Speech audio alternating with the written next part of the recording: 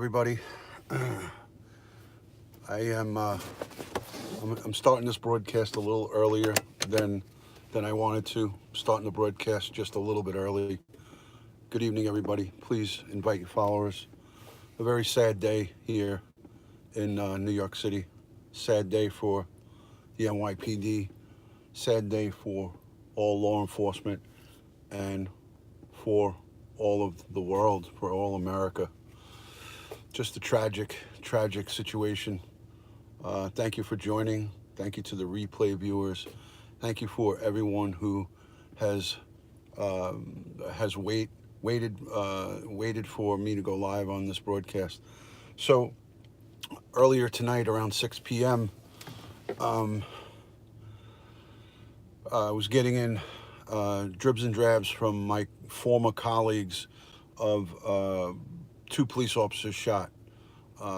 First, it was just unclear of if it was responding officers, and then all the details started coming in.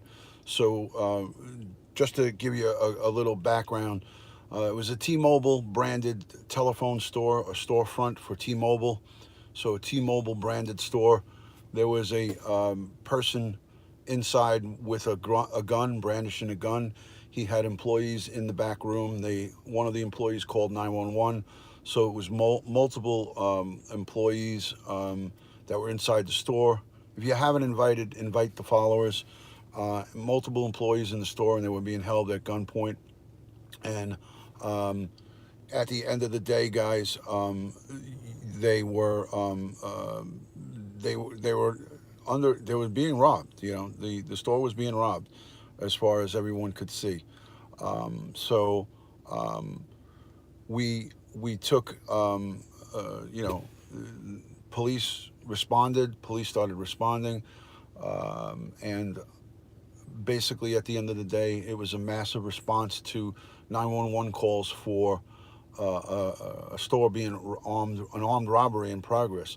A sergeant from the detective squad and a detective were in the area, unrelated. They weren't on patrol, but when we go out in the street, we always take our radios with us. So the sergeant and his detective partner heard the radio call and responded. They were the first. They were the first to respond. They responded. They went inside, and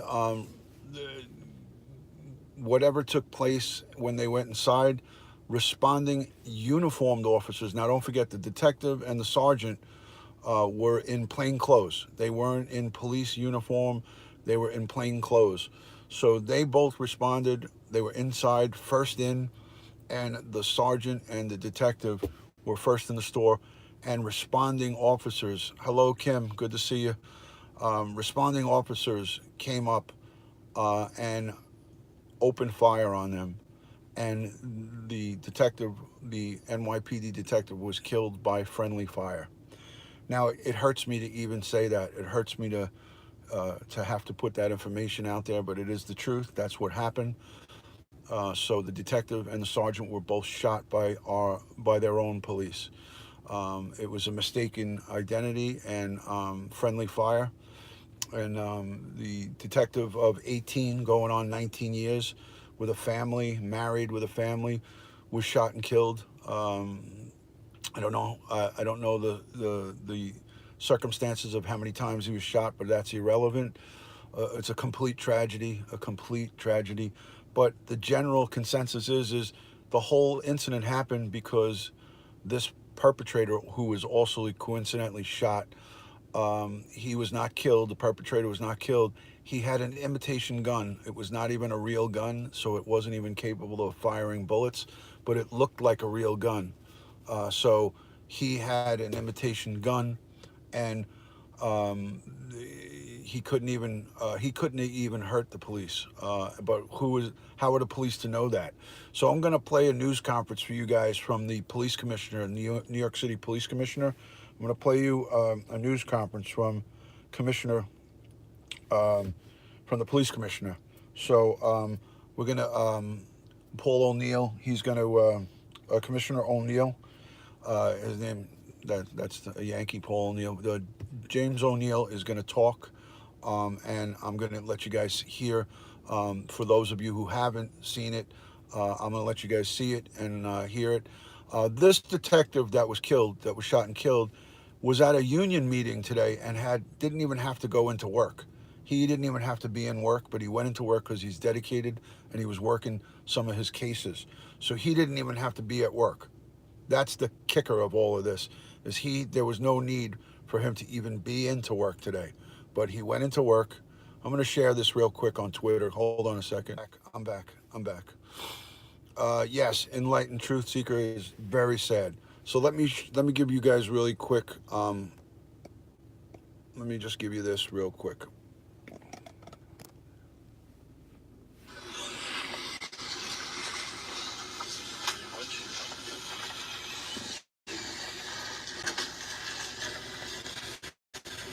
Once again, our hearts are broken in New York City and the NYPD.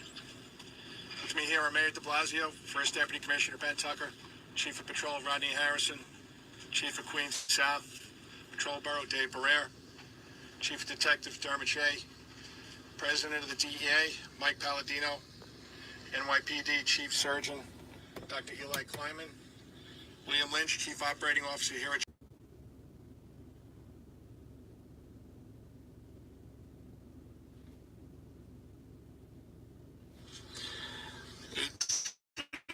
job protecting the people of this city.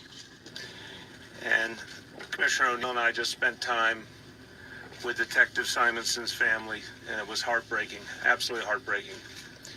His mom, who has suffered so much, his wife, the shock that they're feeling was so painful to see. And we told the Simonson family that New York City Police Department would be there for them. The people in New York City would be there for them. For as long as they lived, we would support them. And it was some small comfort to them in this moment of agony.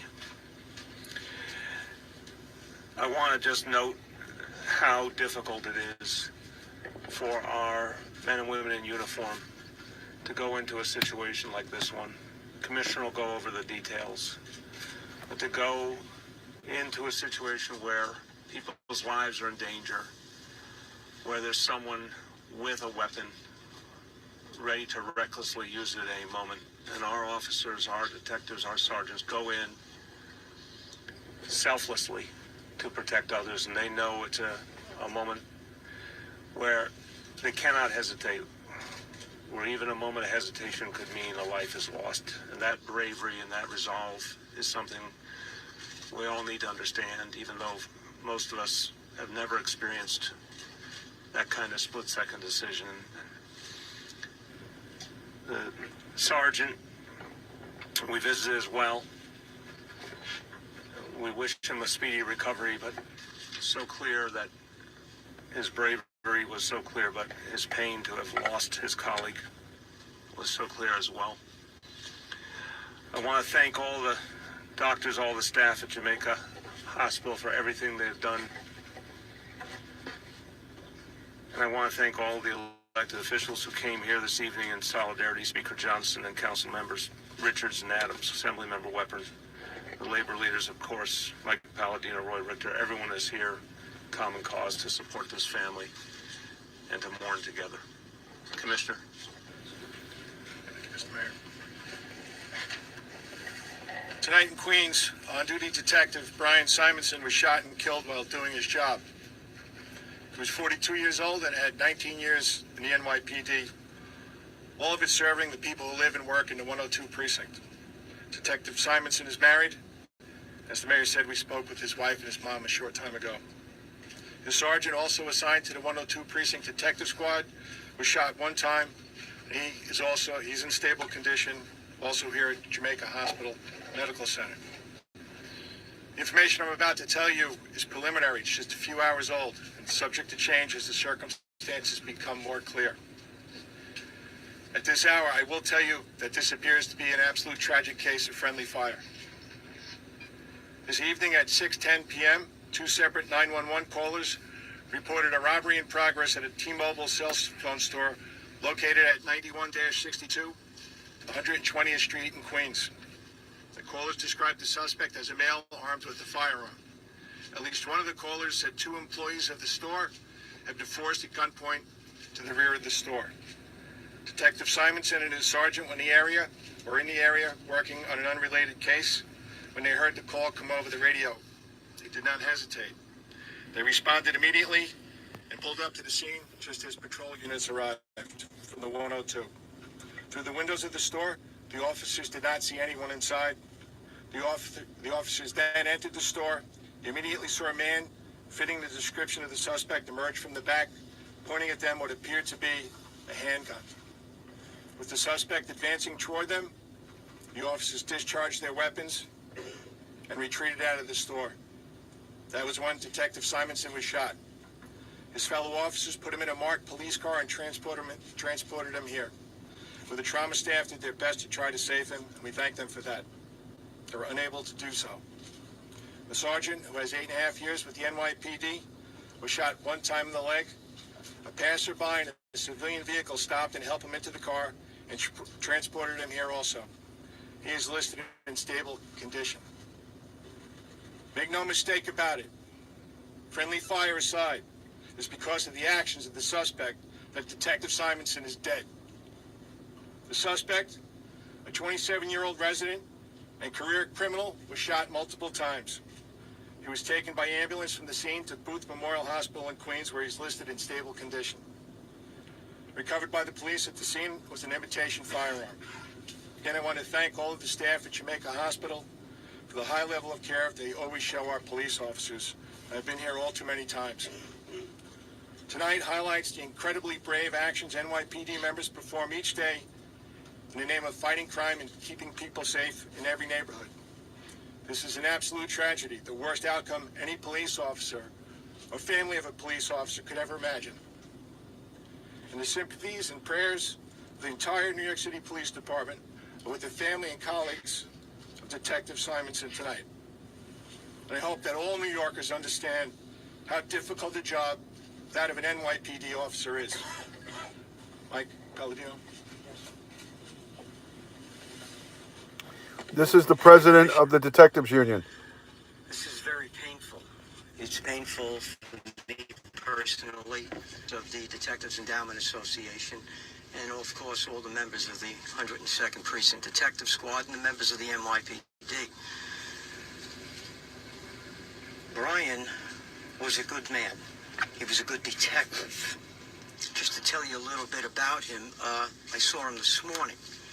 Whether you know it or not, he's the elected delegate of the 102nd Precinct Detective Squad. And what that means is his fellow detectives, they saw leadership skills in him. He was the kind of fellow that led by example, not by words, led by his actions. He didn't have to be at work tonight because he's the delegate in the 102nd Detective Squad, and today was the delegates meeting this morning. He was actually excused from duty. But we had this pattern going, and he felt compelled to go to the delegates meeting, ignore the excusal, and go to work. And that's why we are here tonight. I don't know much about the perpetrator. I'm told, I don't have the exact facts, that he has a rather extensive arrest record. And I think we have to ask the question, was why was someone with such an extensive arrest record out in the street and not incarcerated? Thank you. I'm going to take a couple questions. Miles. So, Detective and Sergeant working in the 102 squad, because you were responding to this incident, you're working the squad, what resisted best? And it's, as you know, Miles, every time there's a firearms discharge, a force investigation division does a complete investigation of the facts and circumstances, and that's going to be part of the investigation. Yep. How many officers fired? And there were multiple officers fired, multiple rounds. Yep. Josh. Sorry, the back, they went around the back, and so left. Everybody came through the front. It was in the front. I'm not going to go too deep into this yet. Where are both officers from? As far as, Where you live? I'm not going to get into that. Right. That's at this point in the investigation. He appears to have been alone, but that's again part of the ongoing investigation. Two more. Yep. No, they were on an unrelated case, John, and that's it. No, there's one right now. Okay, thank you very much. Okay, guys. All right. So they were asking some questions. That was the reporters at the end. Thank you guys for holding the comments. I appreciate it. It is very, very, very sad situation here, guys. Okay, you got friendly fire, crossfire situation where officers in uniform came and opened fire, and these two plainclothes, the detective and the sergeant, were shot by friendly fire. It's an officer's worst nightmare. It's the worst nightmare, the worst case scenario. Friendly fire, unfortunately, happens, but the detectives union, Mike Palladino, president, said it well. We now question the criminal justice. This guy has had a lengthy rap sheet, a lengthy arrest sheet. Why is he out on the street? He's out on the street because our criminal justice system fails us time and time again. So unfortunately, this brave detective and sergeant would not be one killed and one shot if this guy was not was incarcerated, was behind bars where he belongs. But I got to also say too, the detective had an excusal for the day. He had a detectives union. The detectives union and all of the delegates in the unions get an excusal for the day. They're excused from work to go to the union, and it's like a free day off, essentially. You're doing union business, and you're going, and that's considered your tour, that's considered your shift. He still got that excusal and still came in. Literally, nobody does that. I've never even heard of a guy coming in on an excusal, at least not in the warrant squad. Everybody, including myself, I was a delegate for the union. When I got that union excusal day, it was like a freebie. It was a freebie. You know, you go into work, you talk union business, you talk cop stuff, you talk stuff about the union, how to protect, fellow detectives and our rights and our benefits, and you have something to eat, you have a free meal, and you go home. This guy chose to come in to work because he was working a pattern. So they were out working on a crime pattern, doing work when he should have been home. He didn't even have to come into work. Very sad, guys.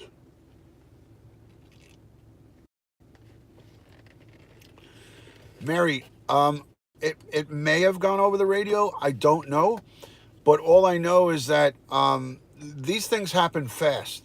You know, it came over the radio as a call for someone holding up the T-Mobile store. Thank you, Bella. Thank you, Bella. It came over as a robbery in progress. And Trevor, I'm going to get to that. Hi, Marcy. Hi, everybody. Thank you for coming in. Natalie, good to see you. So it came over as a robbery in progress, man with a gun.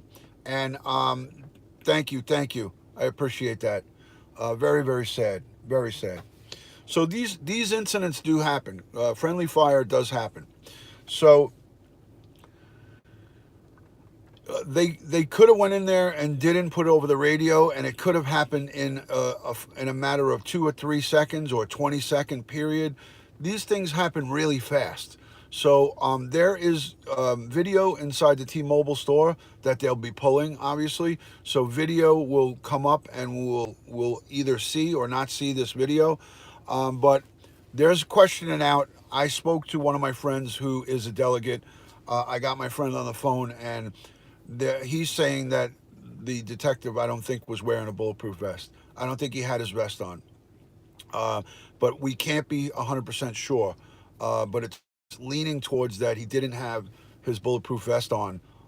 So it is heartbreaking. It is heartbreaking. My heart sunk when I heard this news conference, and I'm really broken up over this because at the end of the day, this guy should have been home with his family, and now he's dead.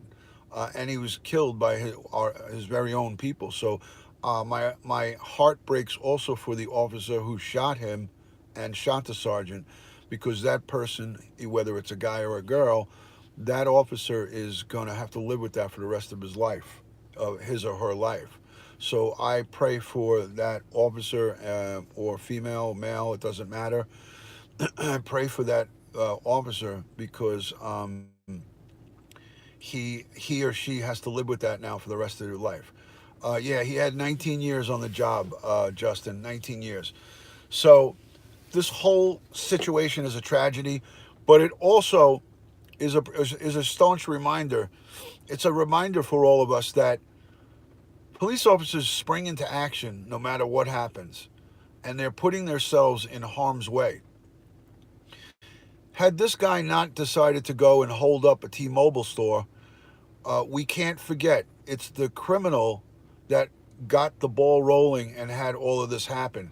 If that person was a law-abiding citizen and wasn't robbing a T-Mobile store, that detective and that sergeant would not have been shot, and the other one wouldn't have been killed.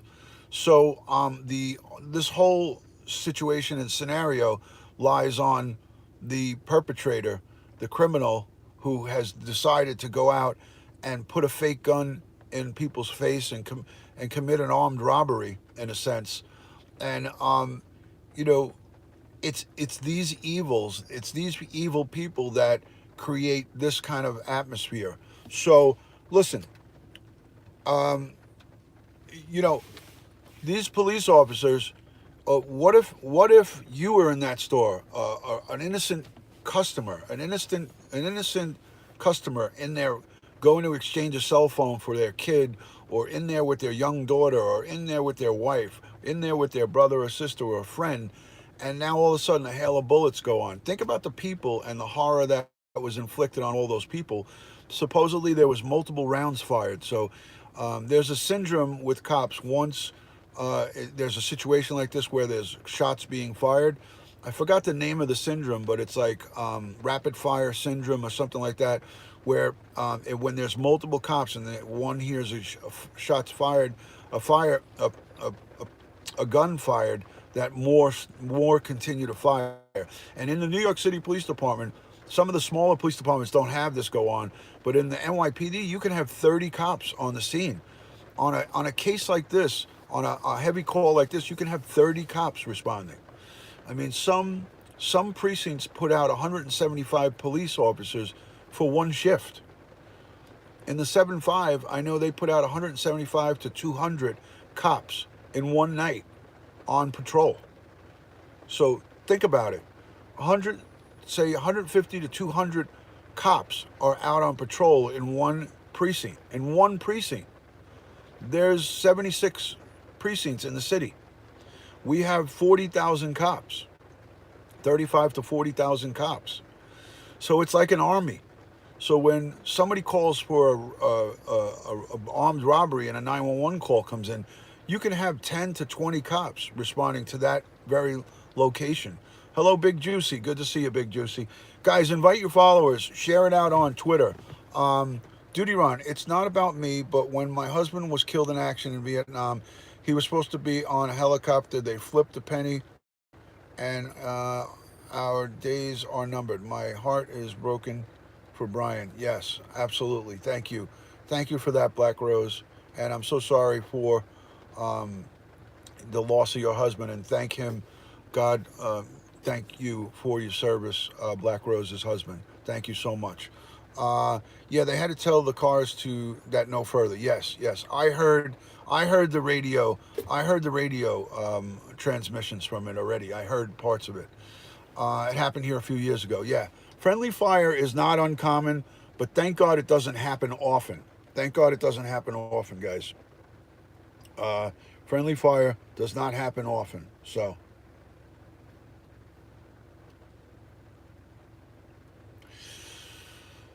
So, you know, I don't think I'm going to stay live that long because I'm really not feeling it.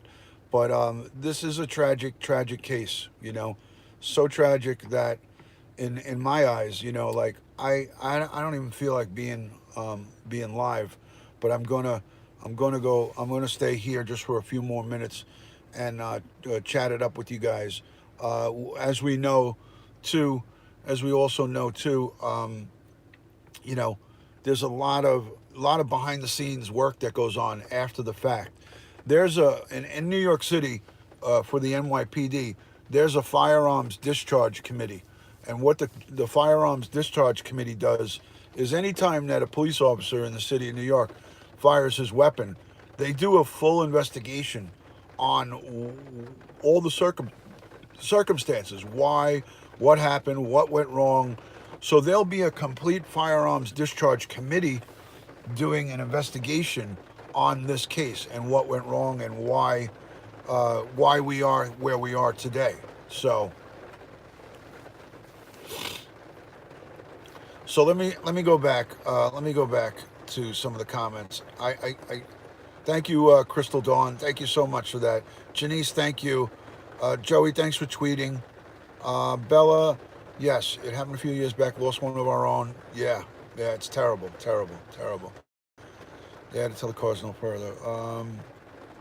Okay, so Mary London, thank you so much for muting in the beginning. I didn't see what that comment was, but if you have that comment available for me, I wanted to see what it was, but you deleted it so fast that I couldn't see what the comment was. It said something about Valentine's Day, but I didn't read it all, so I didn't know what was bad about the first comment because by the time I went to go look at it, you deleted it that fast. But thank you for doing that. I'm sure it wasn't good.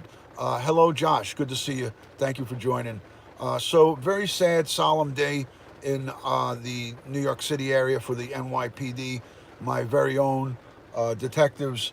We lost a detective tonight to friendly fire.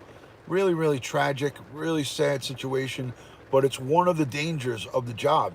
Not only do you have to worry about being killed by a bad guy, but you also have to worry about these crossfire situations and friendly fire situations. So it is a dangerous job all around.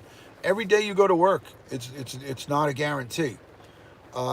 Thank you, Black Rose. I am really sad about this, but I'm not going to let it get the better of me because this is all part of the danger of this job, you know. I will, Bella Blue, I will. And you know what? I get through some of this by talking about it. So this is an important thing for me to speak about it. We did. Joey and I spoke about something similar to this last night.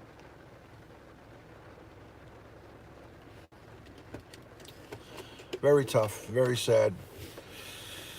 It's almost like someone ripped my heart out of my chest. I feel weak. I really feel weak about this, you know? Of course, Deborah, of course. Of course. Terrible, terrible. She was asking to be your Valentine. Okay, thank you, Mary. Thank you for taking care of that for me. Thank you for taking care of that for me. So guys, how are you, Bow Wow? Good to see you. I'm working off a cellular data. I'm working off of cellular data right now, but I know that I pulled a couple of other things, a couple other reports off of the radio. I pulled a couple of reports off the radio and TV, but these reports are going to be obsolete because of this update. So I had two news reports that I covered in regards to this before. I want you guys to hear this, okay? Breaking news tonight: an NYPD detective is killed in a gun battle. I just want you to. Suspect after responding to an armed robbery in Queens, a police sergeant. I want you to hear this. This is the radio transmission. At a T-Mobile store in Richmond Hill around 6 p.m. tonight. Police tell us the suspect was also shot. We've got team coverage for you tonight. We're awaiting a news conference from Jamaica Hospital. But let's start tonight with. What did you hear, Sweet Pea? Hold on, Sweet Pea. Hold on. What do you know? Well, Jerry and Steve, as you can imagine, it is a sad night out here as dozens, after two of their own, the detective. Okay, here we go. Here's the sergeant talking. Here's the sergeant. To an armed robbery in Queens. The gunfight erupted just after 6 tonight when a detective. Did you hear him say that? He said, "Be advised, I'm shot." Just after 6 Listen. tonight when a detective and sergeant from the 102nd precinct Listen to showed it. up at his T-Mobile and confronted the perp. The suspect opened fire, shooting both officers who were immediately rushed to Jamaica Hospital. Okay. Where Okay, sadly, you the see, detective did this not is make it. Yeah, what's about this is how we know that the media gets the story wrong and then puts it out. Did you hear that story? Did you hear what just was transpired? This was just before the news conference from the mayor and the police commissioner. I want to put in at a point to you guys. The mayor and the police commissioner put a news conference out 10 minutes after this. But listen to what the 10 o'clock news reports. This is what the 10 o'clock news report, just because they want to put it out. They didn't have confirmation that this is what happened, but this is a classic example of how the news puts out not fake, I don't want to say fake media, fake news, but this is bad news. This is wrong news. It's not a cover up. Bow wow, it's not, slow down, it's not a cover up. I'm just saying they want to put out fast information because they want it out for the 10 o'clock news because they have to. It's part of their job. So they're giving out bad information. They're just giving out what they think happened. Now here we go. Here, just listen to this. both officers who were immediately rushed to Jamaica Hospital, where sadly the detective did not make it. Yeah, I was about to go outside to do the Listen to this. when we heard shots, so we were all run inside. Giselle Mayorga, who works at a nearby restaurant, was among those in the area who heard a long series of shots. Listen to it. And confronted the perp. Here we go. Responding to an armed robbery. Here we go. Here's the report. Listen to this. The detective was killed, the sergeant wounded. Frantic NYPD police radio calls after two of their own were shot responding to an armed robbery in Queens. The gunfight erupted just after 6 tonight when a detective and sergeant from the 102nd Precinct showed up at this T-Mobile on Atlantic Avenue and 120th Street in Richmond Hills and confronted the perp. The suspect opened fire, shooting Not both true. officers who were immediately rushed to Jamaica Hospital, where sadly the detective did not make it. Yeah, I was about to go outside to do the delivery when we... So, hi, Angela, good to see you. So, guys, thank you so much, Natalie. Thank you so much. I appreciate that. So, the media put out the wrong story because it was the 10 o'clock news. It was the opening story. They put out that the police were met by gunfire and they returned fire and shot the suspect. That's not what happened. So, what really happened is the sergeant and the detective who was killed, went into the store first. Responding police officers didn't know they were in there or mistaken them for the bad guys and opened fire on them and shot them. And they friendly fire killed the detective. So, very sad situation, a very bad job by the news getting the wrong story out. They put out the wrong story just for the 10 o'clock spot. This was the top news. As soon as 10 o'clock news came on here in New York, that's what came over on the news. So now everybody is sitting here going, oh my God, another police officer killed by a bad guy. This police officer was killed still because of the actions of a bad guy. A bad guy went into the store with a fake gun to hold up a store. Nobody knew it was fake until after the fact. And that actions caused the detective to get killed by friendly fire. So, at the end of the day, guys, the media, it's so true that they get sometimes the wrong story out. The officer that delivered the fatal shot, are they told that they do or they leave it random so it could be anyone? No, they're told, they know. Mary, they know. They know. That officer who shot him knows that they did. They know. It's a horrific thing for anybody to go through. And they're going to have to be monitored closely, counseled. That female or male police officer who fired that fatal round is going to have to be counseled and really probably will never work again. Mentally, I don't know how anybody could do that, how anybody could go forward. So, very, very, a lot of psychological trauma, a lot. I don't think so, Trevor. I don't think so. Uh, it'll, you know, we have to see how the chips fall, but it's not going to be like a disciplinary action. It won't be. This is yeah. It is. It's sickening. It's sickening, Mary. I feel the same way. These are some of the casualties of war, if you will. These are the casualties of the job. And this is part of the danger that is not ever spoken about. But this danger is ever present and always there. So when you have someone who is a New York City police officer or any police officer, they are in this danger. Absolutely, Marcy. They're pressured to get it out, but shame on people who pressure them to get out the wrong information. 5 minutes later, the mayor and the New York City police commissioner came on, and I played their news conference, which totally contradicted the whole thing. There you go. There you go, Black Rose. I know. I know. So,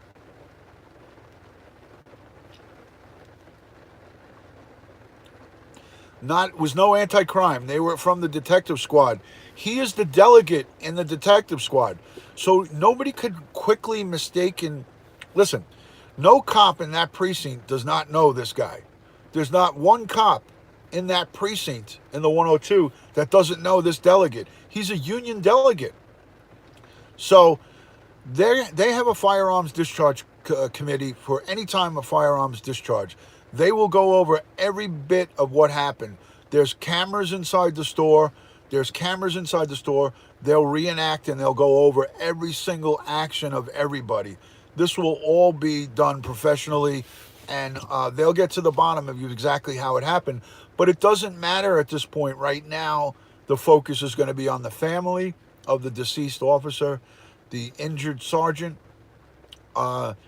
also the family, surviving family of this detective. There's a funeral and a wake to happen. So it is really, really bad. They use, yes, Ken, they do. They do. But it happens very fast. A lot of things go on with these type of calls. We listen to them on the radio all the time. So a very horrible situation, Cookie. I agree. I agree. I mean, this is a worst nightmare for any police officer. You know, worst nightmare for any police officer. So, really, guys, at the end of the day, I when I heard the police commissioner give this news conference, my heart sunk. It was really, I almost didn't come live. I almost was not going to go live, but I spoke to my friend. They're calm. They came all over. They work 3 blocks away. My condolences. Thank you, Sweet Pea. Thank you so much for that. I appreciate it. I appreciate it, guys. Horrible, horrible, guys. Really, really horrible. Really horrible. So, uh,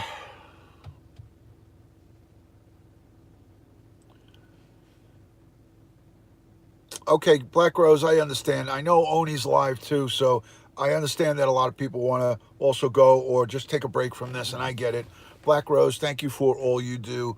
I hope I'll see you again another night when I go live. But yeah, guys, just really, really terrible, terrible situation. I'm just sick over this. I am sick. There's no words that could, that could describe the way I feel right now. It is just awful, awful. Yeah, just sad. I understand, Black Rose. You could always send me a DM on Twitter or Instagram if you're feeling down, or if you want to follow me on Snapchat, you can do that. I don't think you have Snapchat, but you can also email me too, so I can communicate with you if you want. I'm not gonna continue with this live for a long time, but it was very, very, very. I'm very downhearted over this. Like, this has really got me very blue. But this is also again a reminder of the dangerous work that police do throughout America and throughout the world. The dangerous work that the men and women of the police department go through, and our military. This friendly fire and killed in action, friendly fire stuff is something that happens also in the military. It happens in the military, and I think this happens more often in the military than it does in the police department. So Terrible, terrible. Yeah, you got it, Matt. You got it. So, I tried to give you guys the best updates. Hi, Debbie. How are you? I tried to give you guys the best update. The funeral day will be dreadful for all. Yeah. God rest his soul. Oh, it is going to be really, really, really horrible. Really horrible. Yes, me too, sweet pea. I give always props to the military. I support my men and women of the military, and I support my local police officers, men and women. Yeah, I'm working again tonight, Chris, so I can't call it early. I'm going to be up all night. Know that so many of us uphold you and appreciate the updated information. Marcy, thank you so much for that. I greatly, greatly appreciate it. Um, so I didn't even look for any updates in the Valerie Reyes case. I'm going to take tonight. I'm going to take some time tonight to do a little investigation on her case and see if there's anything additional to update for us for tomorrow. I'll continue the rest of the week to find out what's happening with that case. And I've been checking in on the Karina Vetrano case, and I haven't heard any peeps from anybody. I think they're waiting for the trial to start March 12th. I think March 12th is trial, the new trial date for the jogger in Queens that was brutally raped and murdered that I covered from August of 2016. So that new retrial is going to go on March 12th. So that's going to be something for us to watch out for. But I keep checking every day. I keep checking every day for any Special updates. report. We are breaking in programming tonight with breaking news out of Queens. Two NYPD officers have been shot while responding to a robbery in a phone store in Richmond Hills. One suspect was also shot. Chief Investigating Reporter Jonathan Deans is in the newsroom now with what we know so far. This is more bad Jonathan. news. Details are still coming in, but what we know at this hour is that two police officers have been shot. They were rushed by patrol car to Jamaica Hospital. We're told their fellow officers decided not to wait for an ambulance. Okay, so I also want to say one thing. That just reminded me. I want to say one thing. To the civilian that took the sergeant and put him in his car, thank you. To the civilian, to the wonderful civilian, I don't know if it was a guy or a girl, but you heard in the reports, if that in fact is true, now it's coming from the news, so I don't know how true it is, but the police commissioner confirmed it, so it's actually, I feel good about that information. To the guy or girl who put that sergeant in his or her car, thank you, thank you. They rushed the sergeant to the hospital. They couldn't wait for the bus because of the extent of the injuries. When I heard this first report first come out, when I heard the very first report of the police transporting the injured officer in the car, it brings back memories for me, back to the by patrol days when I had an off duty. I got a call, me and my partners, for an off-duty cop shot inside a community center in Brownsville, in Brooklyn. It was in the early 90s, and we responded. He was robbed. He was robbed at gunpoint. He had a gunfight with several armed youths. They were 16, 17 years old kids trying to rob him. He returned fire. He shot one or two of them, and they shot him in the groin, right in the femoral artery, right in his artery, and he was bleeding like crazy. So we got the call, and we were right down the street, and it was early on a Sunday morning. We responded down the street to the community center, and we found this police officer, off duty. He had a shield, he had his badge in one hand, and a gun in his other. We came up on him with our guns drawn. He identified himself. We holstered our weapons. I put pressure on the wound. We called for a bus. The ambulance was like 5 minutes out, and we took him. I picked him up. I put him into the police car in the back, and my partner drove to Brookdale Hospital. So it reminds me, as soon as I heard that tonight, I said it can't be good, because you only take and move an injured person, whether it's a cop or a civilian, unless it's a really grave situation. So I knew that there was something really bad that happened. I didn't know that obviously the cop was killed, the detective was killed, but I knew that there was something bad. I said it to my wife. I said, for them to transport him in their car, in a patrol car, it had to have been something really bad. And this all happened about 6:15 our time here in New York. So Terrible, terrible, Sweet Pea, terrible.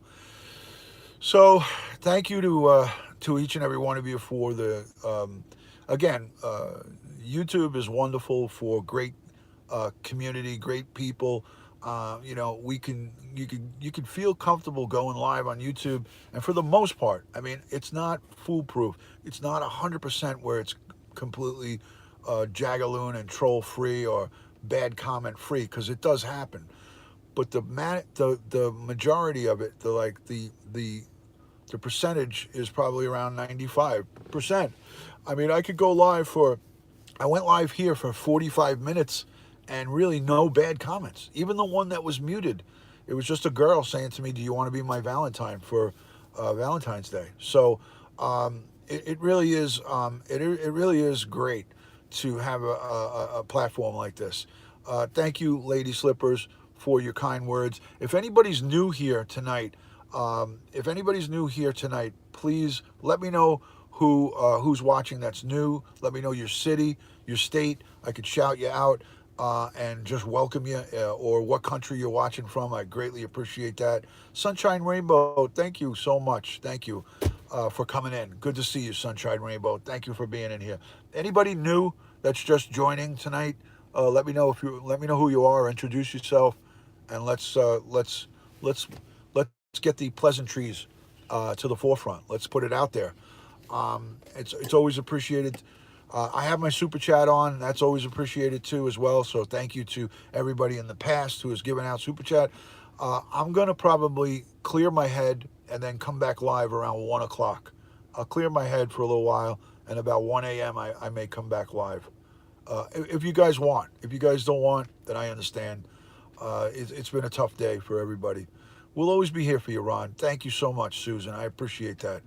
Thanks, Ken, for just subscribing. Originally from East New York, Brooklyn, home of the 7-5. Now in Vermont. I worked in the housing at PSA 2 at 560 down the road from 1000 Sutter. I only muted her. She sent 2 flap pants. One's such a hard hitting.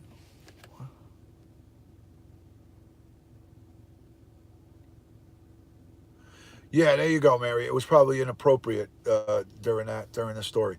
Ron, the family will always assemble. There you go. So I think maybe we'll regroup at about 1 a.m. and we'll do just a chit chat. I don't even feel comfortable just talking on regular on this broadcast. Pamela is in Nebraska. Thank you, Pamela Renschlier. I don't know if I said that last name right. Renschlier. That's a cool name. Thank you so much. 1 a.m. on the East Coast. So another hour or so, I'll go live. Ron, I've popped in before from Bend, Oregon. Okay. Very good, Lady Slipper. Thank you so much. If you want, guys, if you're new, subscribe to me. You got the 30-day money-back guarantee. If you don't like what you hear, if you're not enjoying yourself, you can always unsubscribe. There's no restocking fee. There's no shipping and handling. There's no upcharges. I promise. You got the Keurig fired up. Excellent, Ken. Sounds good. So I'll check back in here with you guys in about an hour. I got to just clear my head. I got to do a couple things in my office. No shipping and handling. There you go. All right, good, Justin. I'll speak to you guys all soon. I'll just label the new broadcast as just, chat. So thank you, Sweet Pea. Thank you so much, guys. Oh, and is Hinsdale girl here? Is Michelle here? Is Michelle Hinsdale girl here? Okay, Veggie girl. Take care. Is Hinsdale girl here? Michelle, I just want to say thank you. She sent a PayPal to my PayPal, which was very nice. Thank you, Michelle. I appreciate that. I got the PayPal directly to the link, so thank you for that. That was very, very sweet of you. Thank you very much, Michelle. Much appreciated. So, excellent, guys. Again, I value each and every one of your time. I respect your time, and I appreciate you being in here on the broadcast. This was a real tough subject to talk about. I am a little hopped up about it. I'm a little upset, but at the end of the day, this is part of the danger of the job. This is the danger of the job, and you can't get around it. It's part of the casualties of war, part of casualties of the job. Thank you, Zelda. All right, guys. I'm going to say goodbye for now, and I will be back in about an hour. We'll regroup in an hour, and we'll speak more about positive, upbeat stuff. We'll just have a chit chat. We'll talk it up. I brought you know what I did? I brought that medal. I brought that medal that I want to raffle off. So maybe we'll do something like that.